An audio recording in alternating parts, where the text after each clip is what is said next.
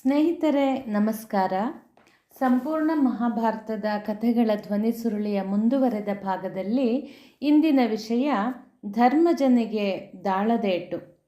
ಅತ್ತ ವಿರಾಟನು ತ್ರಿಗರ್ತ ರಾಜನಾದ ಸುಶರ್ಮನನ್ನು ಗೆದ್ದು ರಾಜಧಾನಿಗೆ ಹಿಂದಿರುಗಿದನು. ಗೋವುಗಳಿಗೆ ಕುಡಿಯಲು ನೀರು ಮೇವು ದೊರಕಿ ಆನಂದದಿಂದ ಅಂಬಾ ಎಂದು ಕೂಗಿದವು. ಜಯದ ವಾರ್ತೆ ನಗರಕ್ಕೆ ತಲುಪಿತು. ವಿರಾಟನ ಅಟ್ಟಹಾಸಕ್ಕೆ ಪಾರವೇ ಇಲ್ಲ. ಉತ್ತರನು ಇದಿರುಗೊಳ್ಳಲು ಸಕಲ ವ್ಯವಸ್ಥೆಯನ್ನು ಮಾಡಿದನು. ಕಂಕಭಟ್ಟನು ರಾಜನ ಸಂತಸವನ್ನು ಕಂಡು ಹಿಗ್ಗಿದನು. ಮಹಾವೀರನಾದ ವಿರಾಟ, ಭಾಗ್ಯದೇವತೆ ನಿನಗೆ ಒಲಿದಿದ್ದಾಳೆ. ಆದುದರಿಂದಲೇ ಯುವರಾಜ ಉತ್ತರನು ಜಯಿಸಿದ್ದಾನೆ. ಗೋವುಗಳ ಸೆರೆಯನ್ನು ಬಿಡಿಸಿದ್ದಾನೆ. ಹಸ್ತಿನಾವತಿಯ ಅರಸನು ಸೋಲನ್ನು ಉಂಡಿದ್ದಾನೆ. ಎಂದಿನವರೆಗೆ ಬೃಹನ್ನಳೆಯು ಸಾರಥಿಯಾಗಿರುವನೋ ಅಂದಿನವರೆಗೆ ಉತ್ತರನಿಗೆ ಜಯವು ಕಟ್ಟಿಟ್ಟ ಗಂಟು. ಇದರಲ್ಲಿ ಅದ್ಭುತವೇನೂ ಇಲ್ಲ. ರಾಜಬೀದಿಗಳು ಅಲಂಕೃತಗೊಂಡವು. ಮುತ್ತೈದೆಯರು ಮಂಗಳಾರತಿಯನ್ನು ಹಿಡಿದು ಜಯವಧುವನ್ನು ವರಿಸಿದ ಉತ್ತರನನ್ನು ಸ್ವಾಗತಿಸಲು ಮುಂದಾದರು. ಎಲ್ಲೆಲ್ಲಿಯೂ ಜಯಘೋಷ. ವೀರನಾದ ಉತ್ತರನಿಗೆ ಜಯವಾಗಲಿ, ಧೀರನಾದ ಉತ್ತರನಿಗೆ ಜಯವಾಗಲಿ ಎಂಬ ಉದ್ಘೋಷ ಕೇಳಿಬರುತ್ತಿತ್ತು. ವಿರಾಟನು ಹರ್ಷಿತನಾಗಿ ಉತ್ತರನು ರಣದಿಂದ ಹಿಂದೆ ಬರುವವರೆಗೆ ಪಗಡೆಯನ್ನು ಸೈರಂಧ್ರಿಯೊಡನೆ ತರಹೇಳಿ ಕಂಕನೊಡನೆ ಆಟವಾಡಲು ನಿಶ್ಚಯಿಸಿದನು. ಧರ್ಮರಾಯನು ಅತಿಯಾದ ಸಂತೋಷ ಉಕ್ಕುತ್ತಿರುವಾಗ ಆಟ ಆಡಬಾರದು ಎಂಬ ನೀತಿವಾಕ್ಯವಿದೆ. ಆದುದರಿಂದ ಈಗ ಆಟವಾಡುವುದು ಸರಿಯಲ್ಲ ಎಂದನು. ಆದರೆ ವಿರಾಟನು ಹಠ ಹಿಡಿದನು. ಅಯ್ಯ, ನಾವು ಸಂತೋಷಾರ್ಥವಾಗಿ ಈಗ ಆಡಲೇಬೇಕು. ನನಗೆ ಈಗ ಹೆಣ್ಣು ಹೊನ್ನು ಮಣ್ಣು ಬೇಕಾಗಿಲ್ಲ. ವಸುವಾಗಲಿ ಹಸುವಾಗಲಿ ಬೇಡ. ಕಳೆದುಕೊಂಡು ಹೋದ ಸಂಪತ್ತು ಲಭಿಸಿದೆ. ಆಗ ಧರ್ಮರಾಜನು ದೊಡ್ಡಪ್ಪನ ಒತ್ತಾಯಕ್ಕೆ ಮಣಿದು ಪಗಡೆಯಾಡಿದ್ದನ್ನು ಸ್ಮರಿಸಿಕೊಂಡನು. ವಿರಾಟನು ಆಟದ ಮಧ್ಯದಲ್ಲಿ, ನೋಡು ಕಂಕಭಟ್ಟ, ಉತ್ತರನು ಕಾಳಗವನ್ನು ಗೆದ್ದು ನಮ್ಮ ವಂಶಕ್ಕೆ ಕೀರ್ತಿ ತಂದನು. ಎಂತಹ ಕುಲರತ್ನವನ್ನು ನಾನು ಪಡೆದೆ. ವಿಪ್ರೋತ್ತಮ, ನಿನಗೂ ಸಂತೋಷವಾಗಿದೆಯಷ್ಟೇ? ಪಾಪ, ಧರ್ಮಜನಿಗೆ ಸತ್ಯವನ್ನು ಮರೆಮಾಡಲಾಗಲಿಲ್ಲ. ರಾಜ, ಪ್ರತ್ಯುತ್ತರ ಕೊಡುತ್ತಿರುವುದಾಗಿ ಭಾವಿಸಬೇಡ. ಸತ್ಯಂ ವದ ಧರ್ಮಂ ಚರ ಎಂಬ ಪಾಠವನ್ನು ನಾನು ಕಲಿತು ಆಚರಿಸುತ್ತಿದ್ದೇನೆ. ಬೃಹನ್ನಳೆಯು ಉತ್ತರನ ಜೊತೆಯಲ್ಲಿ ಇದ್ದುದರಿಂದ ಜಯವು ಲಭ್ಯವಾಯಿತು. ಹೊರತು ನಿನ್ನ ಕುಮಾರ ಒಬ್ಬನಾದರೆ ಆಗುತ್ತಿರಲಿಲ್ಲ. ಬೃಹನ್ನಳೆಯ ಶರ ಚಮತ್ಕೃತಿಯಿಂದಾಗಿ ಕುರುಬಲ ಧರೆಯಲ್ಲಿ ಹೊರಗಿರಬಹುದು. ಇದು ನನ್ನ ಬಲವಾದ ನಂಬಿಕೆ ಎಂದನು. ವಿರಾಟನು ಮಗನ ವಿಕ್ರಮವನ್ನು ಕೊಂಡಾಡದಿದ್ದಕ್ಕಾಗಿ ಕೋಪದಿಂದ ಕನಲಿದನು. ಕಂಕಭಟ್ಟನೆ, ನೀನು ಬ್ರಾಹ್ಮಣನಾದುದಕ್ಕೆ ಬಿಟ್ಟಿದ್ದೇನೆ. ನಿನ್ನ ವಚನಗಳು ಅವಮಾನಕಾರಿಯಾಗಿವೆ. ಧರ್ಮರಾಜನು ಮೆಲ್ಲನೆ ಉತ್ತರಿಸಿದನು. ಲೋಕೋತ್ತರವಾದ ಕೀರ್ತಿಯನ್ನು ಸಂಪಾದಿಸಿದ ಭೀಷ್ಮ ದ್ರೋಣರನ್ನು ನಿನ್ನ ಪುತ್ರನು ಗೆಲ್ಲುವುದು ಕೇವಲ ಸ್ವಪ್ನವಷ್ಟೇ. ಬೃಹನ್ನಳೆಯೇ ಹೊರತು ಇನ್ನಾರಿಂದಲೂ ಜಯಿಸಲು ಆಗಲಾರದು. ವಿರಾಟನು ಕನಲಿ ಕೆಂಡವಾದನು. ಬಡವನಿಗೆ ಜೀವನಕ್ಕೋಸ್ಕರ ಆಶ್ರಯ ಕೊಟ್ಟರೆ ಯಥಾಸ್ಥಿತಿಯನ್ನು ಹೊಗಳುವ ಸೌಜನ್ಯ ಇವನಲ್ಲಿ ಇಲ್ಲ. ಇವನಿಗೆ ತಕ್ಕ ಶಾಸ್ತಿ ಮಾಡುತ್ತೇನೆ ಎನ್ನುತ್ತಾ ಧರ್ಮಜನನ್ನು ದುರದುರನೆ ನೋಡಿ ಚೀಗೈದು ತನ್ನ ಹಸ್ತದಲ್ಲಿದ್ದ ದಾಳದಿಂದ ಹೊಡೆದನು. ಆ ಏಟಿಗೆ ಧರ್ಮಸಿಂಧುವಿನ ಮೂಗಿನಿಂದ ಒಂದೇ ಸಮನೆ ರಕ್ತ ಸುರಿಯಿತು. ಆ ರಕ್ತವು ವಿರಾಟನ ನೆಲದ ಮೇಲೆ ಬೀಳಬಾರದೆಂದು ಧರ್ಮಜನು ತನ್ನ ಬೊಗಸೆಯಲ್ಲಿ ಹಿಡಿದು ದ್ರೌಪದಿಯ ಮುಖವನ್ನು ನೋಡಿದನು. ಇನಿಯನ ಮನೋಗತವನ್ನು ಕಂಡು ಸನಿಹದಲ್ಲಿದ್ದ ಸ್ವರ್ಣಪಾತ್ರೆಯಲ್ಲಿ ಸುರಿಯುವ ನೆತ್ತರನ್ನು ಸೈರಂಧ್ರಿಯು ಶೇಖರಿಸಿದಳು. ಮುಂದಿನ ವಿಷಯ ವಿಜಯೋತ್ಸವ. ಉತ್ತರನ ರಥ ಜಯಕಾರ ಹಾಕುತ್ತಾ ಪುರಪ್ರವೇಶ ಮಾಡಿತು. ಹೆದ್ದಾರಿಯುದ್ದಕ್ಕೂ ಪೌರರು, ಹಿರಿಯರು, ಕಿರಿಯರು, ಮುತ್ತೈದೆಯರು, ಕನ್ಯೆಯರು ಸಂಭ್ರಮದಿಂದ ಉತ್ತರನ ಆಗಮನವನ್ನು ಕಂಡು ಹಿರಿಹಿಗ್ಗಿದರು. ಬಾಲಕರು ಆನಂದ ತುಂದಿಲರಾಗಿ ಕುಪ್ಪಳಿಸಿದರು. ಹೂಮಾಲೆಗಳ ರಾಶಿಯೇ ರಾಶಿ. ಯಥಾವತ್ತಾಗಿ ಬೃಹನ್ನಳೆ ಸಾರಥಿಯಾಗಿ ಪ್ರತ್ಯಕ್ಷನಾದನು. ಉತ್ತರನೇ ಯುದ್ಧ ವಿಜಯಿ ಎಂದು ವಿರಾಟ ನಗರದ ಜನರು ಸಂಭ್ರಮದಿಂದ ಸ್ವಾಗತಿಸಿದರು. ರಥವು ಅರಮನೆಯ ಮುಂಭಾಗಕ್ಕೆ ಬಂತು. ದ್ವಾರಪಾಲಕರು ಒಳಬಂದು, ಮಹಾರಾಜ, ಉತ್ತರನು ಸಾರಥಿಯಾದ ಬೃಹನ್ನಳೆಯ ಸಮೇತ ಮಹಾದ್ವಾರದಲ್ಲಿ ಒಳಪ್ರವೇಶ ಮಾಡುವುದಕ್ಕಾಗಿ ಕಾದು ನಿಂತಿದ್ದಾನೆ ಎಂದರು. ವಿರಾಟನು ಸುತನನ್ನು ನೋಡಲು ಲವಲವಿಕೆಯಿಂದ ಹೊರಬಂದನು. ತನ್ನ ಮೂಗಿನಿಂದ ಸುರಿಯುವ ರಕ್ತಧಾರೆಯನ್ನು ಪಾರ್ಥನು ಕಂಡರೆ ಅದಕ್ಕೆ ಕಾರಣನಾದವನನ್ನು ಕೊಂದೇ ಕೊಲ್ಲುತ್ತಾನೆ ಎನ್ನುವುದು ಧರ್ಮರಾಜನಿಗೆ ತಿಳಿದಿರುವುದರಿಂದ ಸೈರಂಧ್ರಿಯ ಮೂಲಕ ಉಪಾಯವನ್ನು ಹೂಡಿ ಬೃಹನ್ನಳೆಯು ಅಲ್ಲಿಗೆ ಬಾರದಂತೆ ಮಾಡಿದನು. ರಾಜಕುಮಾರನು ಒಳಬಂದು ತಂದೆಯವರ ಕಾಲಿಗೆ ಬಿದ್ದನು. ಎದ್ದು ಧರ್ಮಜನ ಮುಖಾರವಿಂದವನ್ನು ನೋಡಿದನು. ಇದೇನು, ಸೈರಂಧ್ರಿ ಸನಿಹದಲ್ಲಿದ್ದಾಳೆ? ಧರ್ಮಜನ ಕರವಸ್ತ್ರದಲ್ಲಿ ರಕ್ತದ ಛಾಯೆ ಕಾಣುತ್ತಿದೆ. ಅಜಾತಶತ್ರುವನ್ನು ಹೊಡೆದು ಪಾಪವನ್ನು ಸಂಪಾದಿಸಿಕೊಂಡ ಮಹಾಪಾಪಿ ಯಾರು ಎಂದು ಪ್ರಶ್ನಿಸಿದನು. ಮಗನು ಸಂಪಾದಿಸಿದ ಜಯದ ಗುಂಗಿನಲ್ಲಿದ್ದ ಅರಸನಿಗೆ ಉತ್ತರನ ವಾಕ್ಯಗಳು ಕಿವಿಗೆ ಬೀಳಲಿಲ್ಲ. ಬಾ ಕುಮಾರ, ಕುರುವಂಶಕ್ಕೆ ಧೂಮಕೇತುವಿನಂತೆ ಕಂಟಕಪ್ರಾಯನಾಗಿ ಯುದ್ಧದಲ್ಲಿ ವಿಜೃಂಭಿಸಿದೆ. ಸೂರ್ಯನಂತೆ ಕುರುತಿಮಿರವನ್ನು ನೀನು ಓಡಿಸಿದೆ. ನನ್ನ ಬಳಿ ಬಾ, ಇಂದು ನಾನು ಅದೃಷ್ಟವಂತನಾದ ಪುತ್ರವಂತನಾದೆ ಎಂದು ಉತ್ತರನನ್ನು ಅಪ್ಪಿಕೊಂಡನು. ಕಾಮಿನಿಯರು ಆರತಿಗಳನ್ನೆತ್ತಿದರು. ಸಮರಭೂಮಿಯಿಂದ ವೈರಿಗಳ ಶರೀರದಿಂದ ಕೀಳಲ್ಪಟ್ಟ ವೇಷಭೂಷಣಗಳ ರಾಶಿ ವಿರಾಟನ ಸಮಕ್ಷಮದಲ್ಲಿ ರಾಶಿಯಾಗಿ ಬಿತ್ತು. ಉತ್ತರನಿಗೆ ಅಪ್ಪನ ವಚನಗಳು ಹಿತವಾಗಲಿಲ್ಲ. ಪಿತೃಮಹಾಶಯರೇ, ಈ ವಿರೋಚಿತ ಭೂಷಣ ವಚನಗಳು ನನಗೆ ಉಚಿತವಲ್ಲ. ಕರ್ಣ, ದ್ರೋಣಾದಿಗಳನ್ನು ಗೆದ್ದು ಜಯಸಿರಿಯನ್ನು ನಾನು ತಂದಿರುವೆ ಎಂಬ ಭಾವನೆ ಇದ್ದರೆ ಅದನ್ನು ಮರೆಯಿರಿ. ಕಾಲಾಗ್ನಿಯಂತೆ ಸಮರಗೈಯುವ ಭೀಷ್ಮ ದ್ರೋಣರನ್ನು ನಾನು ಗೆಲ್ಲಲು ಎಂದಿಗೂ ಶಕ್ತನಲ್ಲ. ಮಗನೇ, ಹೀಗೇಕೆ ಹೇಳುತ್ತಿರುವೆ? ಪರ್ವತವನ್ನಾದರೂ ಭೇದಿಸಬಲ್ಲ ಕೌರವನ ಶಕ್ತಿಗೆ ಸಮನಾದ ಶಕ್ತಿ ನಿನಗಿಲ್ಲದೆ ಯಾರಿಗೆ ಇದೆ? ವಡಬಾನಲನಂತೆ ವೀರ ವಿಕ್ರಮದಿಂದ ಉರಿಯುತ್ತಿರುವ ನದಿ ಸುತ್ತ ಭೀಷ್ಮರಾಗಲಿ ದ್ರೋಣರಾಗಲಿ ಎಂದಿಗೂ ಅಪಜಯ ಪಡೆಯಲಾರರು. ಅವರು ನನ್ನ ಮೋಹದ ಕಂದನಾದ ನಿನ್ನ ಯುದ್ಧ ಕೌಶಲ್ಯತೆಯಿಂದ ಸೋಲನ್ನು ಉಂಡಿರಬಹುದು.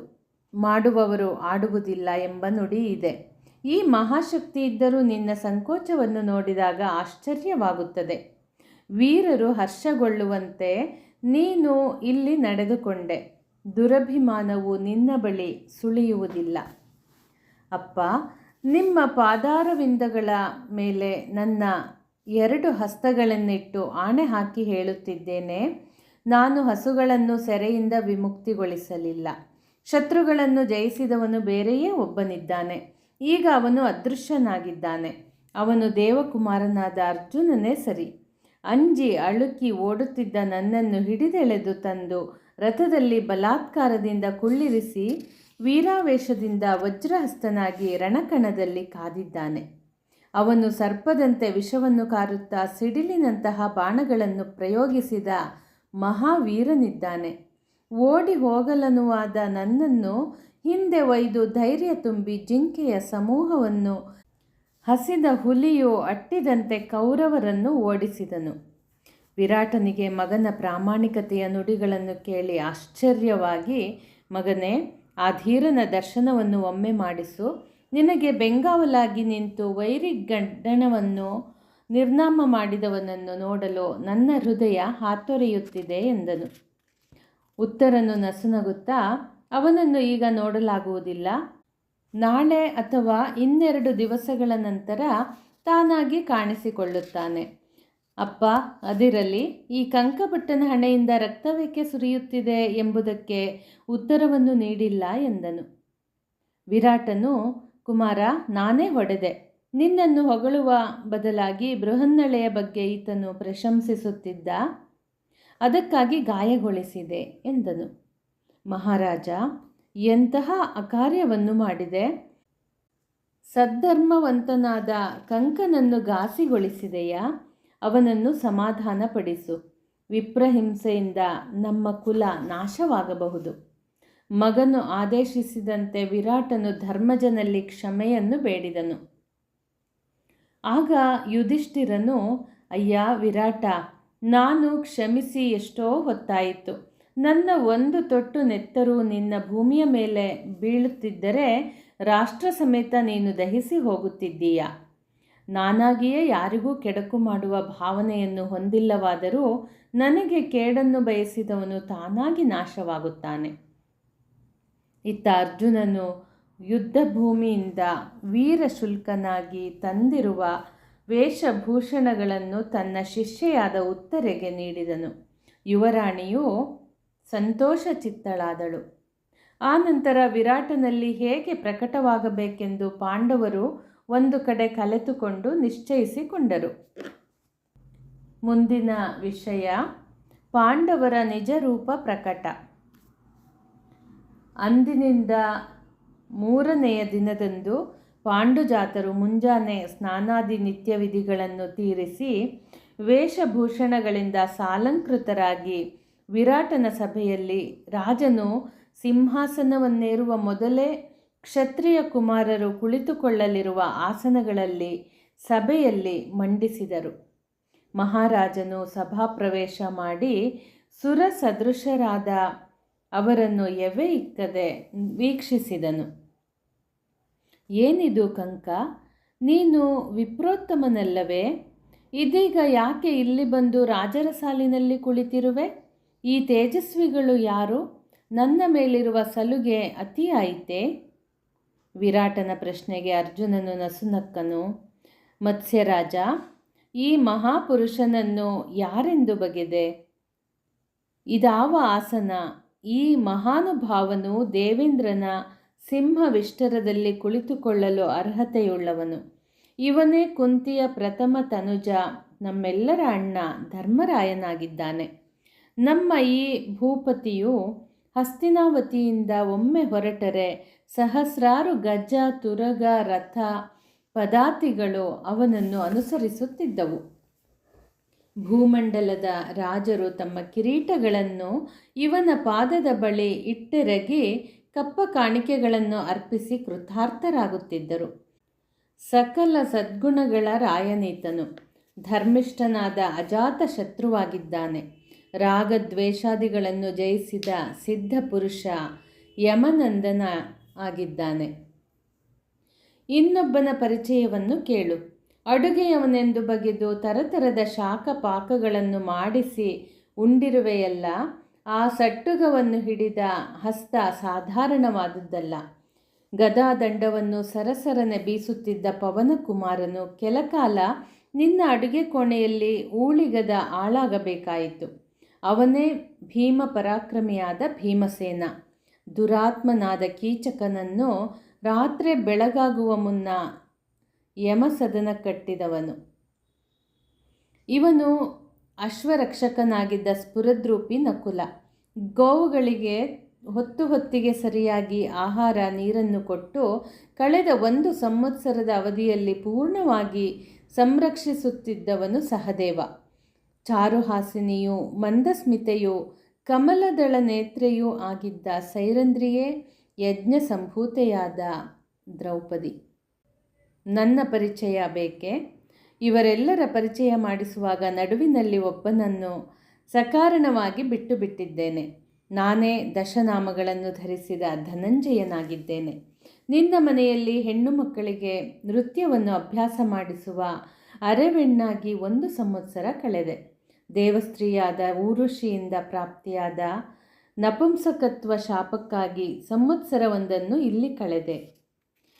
ನಮ್ಮ 6 ಜನರಿಗೂ ಆಶ್ರಯವನ್ನು ಕೊಟ್ಟು ಅಜ್ಞಾತವಾಸವನ್ನು ಪೂರೈಸಲು ಅನುವು ಮಾಡಿಕೊಟ್ಟ ದೊರೆಯೇ, ನಿನಗೆ ನಮ್ಮ ಅನಂತ ಪ್ರಣಾಮಗಳು. ಶಿರಬಾಗಿ ಕೃತಜ್ಞತೆಯನ್ನು ಅರ್ಪಿಸುತ್ತಿದ್ದೇವೆ. ಶಿಶುವು ತಾಯಿಯ ಗರ್ಭದಲ್ಲಿ ಸುಖವಾಗಿ ದಿನಗಳನ್ನು ಕಳೆಯುವಂತೆ ನಿನ್ನ ಅರಮನೆಯಲ್ಲಿ ಸುರಕ್ಷಿತವಾಗಿ ವಾಸ ಮಾಡಿದೆವು. ಉತ್ತರನು ದುರಧೀರ ಪ್ರಾರ್ಥನಾ ಮುಖವನ್ನೊಮ್ಮೆ ನೋಡಿದನು. ಅಪ್ಪ, ಈ ಮಹಾಬಲನು ಮಹಾಶೌರ್ಯವಂತನಿಗೊಪ್ಪುವ ನುಡಿಗಳನ್ನು ಆಡಿದ್ದಾನೆ. ಇಲಿಯನ್ನು ಬೆಕ್ಕು ಬೇಟೆಯಾಡುವಂತೆ ಧನಂಜಯನ ಸಮಕ್ಷಮದಲ್ಲಿ ಜಗದೇಕ ವೀರನಾದ ಭೀಷ್ಮನ ಪೌರುಷ ನಡೆಯಲಿಲ್ಲವೆನ್ನುವುದಕ್ಕೆ ನನ್ನ ಈ ನೇತ್ರಗಳು ಸಾಕ್ಷಿ. ಇವನ ಶಂಖಧ್ವನಿಗೆ ನನ್ನ ಕಿವಿಗಳು ಕಿವುಡಾಗಿ ಹೋದವು. ಈ 5 ಮಹಾತ್ಮರು ಮತ್ತು ಗೌರವಾರ್ಹರು ಪರಮ ಪೂಜ್ಯರು. ವಿರಾಟನಿಗೆ ತನ್ನ ಕಣ್ಣುಗಳನ್ನು ನಂಬಲಾಗಲಿಲ್ಲ. ಆನಂದವೂ ಅಚ್ಚರಿಯೂ ಒಮ್ಮೆಗೆ ಆವರಿಸಿತು. ಅವರೆಲ್ಲರನ್ನೂ ಎವೆ ಇಕ್ಕದೆ ನೋಡಿದನು. ಉತ್ತರ: ನಾನು ಶತ್ರುಗಳ ಮಧ್ಯೆ ಸಿಕ್ಕಿ ತೊಳಲಾಡಿದಾಗ ಈ ಸಹಸ್ರ ಗಜತ್ರಾಣಿಯಾದ ಭೀಮನು ಬಿಡಿಸಿ ತಂದಿದ್ದಾನೆ. ಗೋ ಸಂಪತ್ತನ್ನು ನಮ್ಮ ರಾಜ್ಯಕ್ಕೆ ಹಿಂದೆ ತರಿಸಿದ ಮಹಾದೊರೆಗಳು ಇವರು. ಇವರ ಬಾಹುಶಕ್ತಿಯು ಜಯವಧುವನ್ನು ವರಿಸುವಂತೆ ಮಾಡಿತಲ್ಲದೆ ನಮ್ಮ ಶೌರ್ಯ ಪರಾಕ್ರಮ ಖಂಡಿತ ಅಲ್ಲ. ಅವನು ಮತ್ತೊಮ್ಮೆ ಪಾಂಡವರತ್ತ ನೋಡಿ, ಮಹಾತ್ಮರೇ, ಸತ್ಯವನ್ನು ಅರಿಯದೆ ಹಲವಾರು ಅಪರಾಧಗಳನ್ನು ನಾವು ಮಾಡಿರಬಹುದು. ನಿಮ್ಮ ಮನ ನೋಯಿಸಿರಬಹುದು. ಅದಕ್ಕಾಗಿ ನಿಮ್ಮೆಲ್ಲರ ಕ್ಷಮೆ ಬೇಡುತ್ತೇನೆ. ಭಗವಂತನು ನಿಮಗೆ ಶುಭವನ್ನುಂಟು ಮಾಡಲಿ. ಈ ರಾಜ್ಯ, ಕೋಶ, ಸರ್ವಸ್ವವೂ ನಿಮ್ಮದೇ ಆಗಿದೆ ಎಂದು ಪ್ರತಿಯೊಬ್ಬರನ್ನು ಸಂತೋಷದಿಂದ ಆಲಿಂಗಿಸಿ ಪರಸ್ಪರ ಶುಭವನ್ನು ಕೋರಿದರು. ಧನ್ಯತೆ ಅವರೆಲ್ಲರ ಹೃದಯದಲ್ಲಿ ಕಂಡುಬಂತು. ಮುಂದಿನ ವಿಷಯ ಅಭಿಮನ್ಯು ಪರಿಣಯ. ವಿರಾಟನು ತನ್ನ ನಿವೇದನೆಯಿಂದ ತೃಪ್ತನಾಗದೆ ಧರ್ಮರಾಜನ ಮುಖವನ್ನು ದಿಟ್ಟಿಸಿ ಇನ್ನೊಮ್ಮೆ ಅಂತರಾಳದ ಅಭಿಪ್ರಾಯವನ್ನು ಮಂಡಿಸಿದನು. ಈ ವಿರಾಟ ನಗರಿಯಲ್ಲಿರುವ ಯಾವ ಅಮೋಘ ಅನರ್ಘ್ಯ ವಸ್ತುಗಳು ಬೇಕಿದ್ದರೂ ನಿಮ್ಮಿಂದ ಸ್ವೀಕರಿಸಲ್ಪಡಲಿ. ನೀವು ಬೂದಿಯಿಂದ ಆವೃತವಾದ ತೇಜಸ್ಸೆಂದು ಗಮನಿಸದೆ ಹೋದೆ. ಇಲ್ಲದಿದ್ದರೆ ಚಂದ್ರಾನ್ವಯದ ಚಕ್ರವರ್ತಿಗಳು ಇಲ್ಲಿ ಊಳಿಗದಾಳುಗಳಾಗಲು ಶಕ್ಯವೇ? ನೀವು ಅಪ್ಪಣೆ ಹೊರಡಿಸಿದರೆ ಸಾಕು, ನಾವು ಕಪ್ಪ ಕಾಣಿಕೆ ಸಮೇತ ಬಂದು ನಿಮಗೆ ಶಿರಬಾಗಬೇಕು. ಅರಿಯದೇ ಆದ ತಪ್ಪಿಗಾಗಿ ಪುನರಾವರ್ತಿ ಕ್ಷಮೆಯಾಚಿಸುತ್ತೇವೆ. ಬೃಹನ್ನಳೆಯ ರೂಪದಿಂದ ಅರ್ಜುನನಲ್ಲಿ ತನ್ನ ಕುವರಿ ಉತ್ತರೆಗೆ ನೃತ್ಯದ ಪಾಠವಾಗಿದೆ. ಅವಳ ಗುಣ ನಡತೆಗಳನ್ನು ಸೂಕ್ಷ್ಮಗ್ರಾಹಿಯಾದ ಧನಂಜಯನು ಈಗಾಗಲೇ ಅರಿತುಕೊಂಡಿರಬಹುದು. ಅವಳನ್ನು ವರಿಸಿ ಈ ವಿರಾಟನ ಮನೋಭಿಲಾಷೆಯನ್ನು ನೆರವೇರಿಸಬೇಕೆಂದು ನಿವೇದಿಸುತ್ತಿದ್ದೇನೆ. ಅರ್ಜುನನು ಅವಳಿಗೆ ಅನುರೂಪನಾದ ಪತಿಯಾಗಬಹುದು. ಧರ್ಮಜನು ತಮ್ಮನ ಮುಖವನ್ನು ವೀಕ್ಷಿಸಿದನು. ಪಾರ್ಥನಿಗೆ ಅಣ್ಣನ ಸಂಜ್ಞೆಯ ಅರ್ಥವಾಯಿತು. ರಾಜ, ನಿನ್ನ ಮಗಳು ನನ್ನ ಪರಮ ಶಿಷ್ಯೆ. ಅವಳನ್ನು ವರಿಸುವುದು ಗುರುಸ್ಥಾನದಲ್ಲಿರುವ ನನಗೆ ಶೋಭಿಸದು. ಇದು ಭವಿಷ್ಯತ್ ಕಾಲದಲ್ಲಿ ಕೆಟ್ಟ ಪಾಠವಾಗಬಹುದು. ನಿನ್ನ ಇಚ್ಛೆಯು ಫಲಿಸುವಂತೆ ಮಾಡುತ್ತೇನೆ. ನನ್ನ ವೈರಿಗಳಿಗೆ ಸಿಂಹ ಸದೃಶನಾದ ಸ್ಫುರದ್ರೂಪಿಯಾದ ನನ್ನ ವರ ಸುಪುತ್ರ ಅಭಿಮನ್ಯು ವರಿಸಲಿ. ಅವಳು ನನ್ನ ಮನೆ ತುಂಬುವ ಸೊಸೆಯಾಗಿ ಬರಲಿ. ಗಾಯನ ನರ್ತನವನ್ನು ಕಲಿಸುವಾಗ ನಾನು ತಂದೆಯಂತೆ ವಿಶ್ವಾಸದಿಂದ ವಾತ್ಸಲ್ಯವನ್ನು ತೋರಿದೆ. ಜಿತೇಂದ್ರಿಯನಾದ ನಾನು ಆಕೆಯನ್ನು ಸರ್ವತಾ ಸತಿಯಾಗಿ ಪರಿಗ್ರಹಿಸಲಾರೆ. ನನ್ನ ಮಗನಾದ ಅಭಿಮನ್ಯು ವಾಸುದೇವನ ಸೋದರಳಿಯ. ಏಕಕಾಲದಲ್ಲಿ ನೀನು ಹಸ್ತಿನಾವತಿ ಮತ್ತು ದ್ವಾರಕೆಯೊಂದಿಗೆ ಸಂಬಂಧ ಬೆಳೆಸಿದಂತಾಗುತ್ತದೆ. ನನ್ನ ಕುಮಾರನು ಅಸ್ತ್ರಕೋವಿದನಾಗಿದ್ದಾನೆ. ತೀಕ್ಷ್ಣಮತಿ, ಮಹಾ ತೇಜಸ್ವಿ. ಕ್ಷಣಕಾಲವೂ ಯೋಚಿಸದೆ ಈ ಸಂಬಂಧಕ್ಕೆ ಒಪ್ಪಿ ವಿವಾಹಕ್ಕೆ ಸಕಲ ಸನ್ನಾಹಗಳನ್ನು ಮಾಡಿರಿ. ಎರಡೂ ಕಡೆಯವರಿಗೂ ಒಪ್ಪಿಗೆಯಾಯಿತು.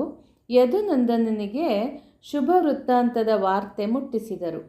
ಅವಧಿ ದಾಟಿದ್ದುದರಿಂದ ಪಾಂಡವರು ವಿರಾಟನ ಆಡಳಿತಕ್ಕೆ ಒಳಪಟ್ಟ ಉಪಪ್ಲಾವ್ಯ ನಗರಕ್ಕೆ ತೆರಳಿದರು.